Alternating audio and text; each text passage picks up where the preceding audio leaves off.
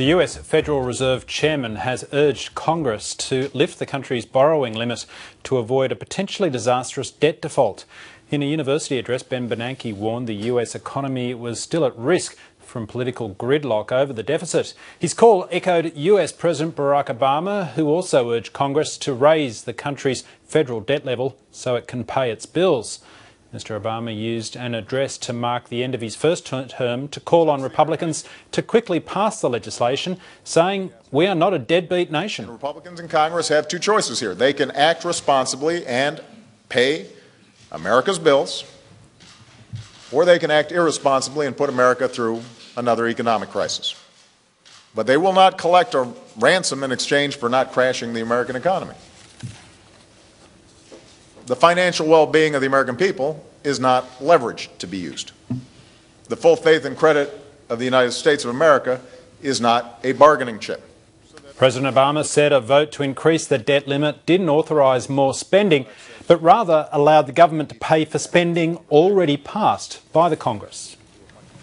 And now with more on the US President's final press conference of his first term and on his calls to the Republicans to raise the debt ceiling, I'm joined in the studio now by Adam Lockyer. He's a lecturer in US politics at the US Studies Centre. Adam, thanks very much for coming in. Good to be with you. The President warned if the ceiling isn't raised, as we just heard there a moment ago, that America risks being turned into a deadbeat nation. What do you think's what sort of pressure is he applying right now? Oh, so he's applying a lot of pressure on Congress. So he didn't use his final address to reflect on his first term achievements. This wasn't a victory lap at all. What he used his final address for was to ramp up pressure on Congress by going public. So he was making an appeal to the public and saying that if Congress doesn't get their act together and raises the debt ceiling, that the consequences are going to be quite serious. Okay, he seems to be talking tough. Is he trying to send the message that he's going to stare down the Republicans on this at the moment?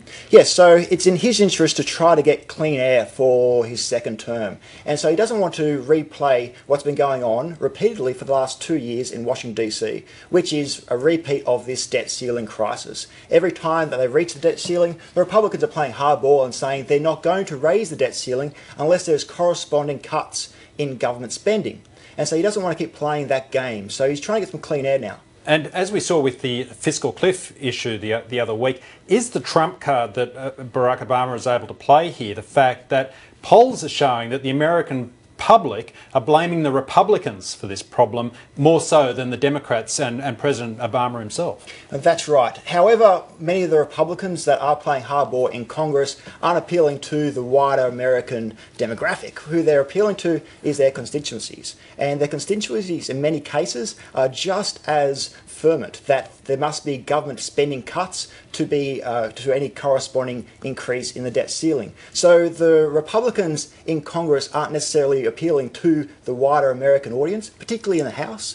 They're appealing to their constituencies. One of the interesting sidebars to this ongoing controversy over there is the accusations that have been levelled by Barack Obama by Republicans for not being sociable enough towards them. It seems to be a fairly bizarre claim to make. He seems like a really fun guy after all. That's right. So one of the repeating comments about Barack Obama is that he isn't reaching out to Republicans. He isn't inviting them around to the White House to have dinner and have a chat. And if he did that more often, then they could overcome many of these problems. And we saw that in the debt ceiling crisis, where it was up to Joe Biden, the Vice President, to really go across to Congress, meet with his long-term colleagues in the Senate in particular, and have a chat and be able to work out the mechanics of any solution through just having a chat rather than necessarily going public like he did today. And does that suggest perhaps that Republicans are sort of trying to reach for a lifeline, a way out of this standoff?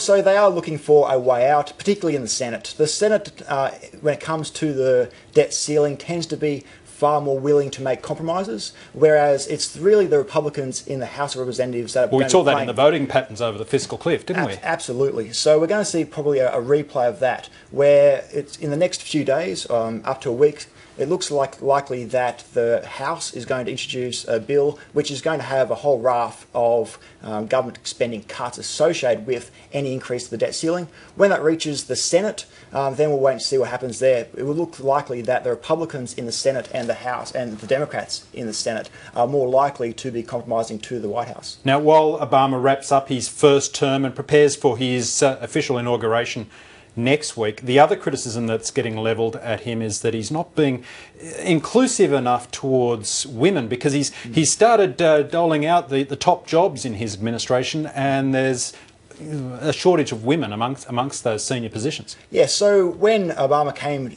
into the White House in his first term, there was a lot made of having a team of rivals. So his cabinet was going to be made up of a whole bunch of rivals, including Hillary Clinton, who was his major challenger during the primaries to run as the Democratic nominee for president. Whereas his second term team looks far more generic. They look as though they're a bunch of the same old faces with the same old ideas, and this is one of the criticisms that is being levelled towards his selections for the second term cabinet.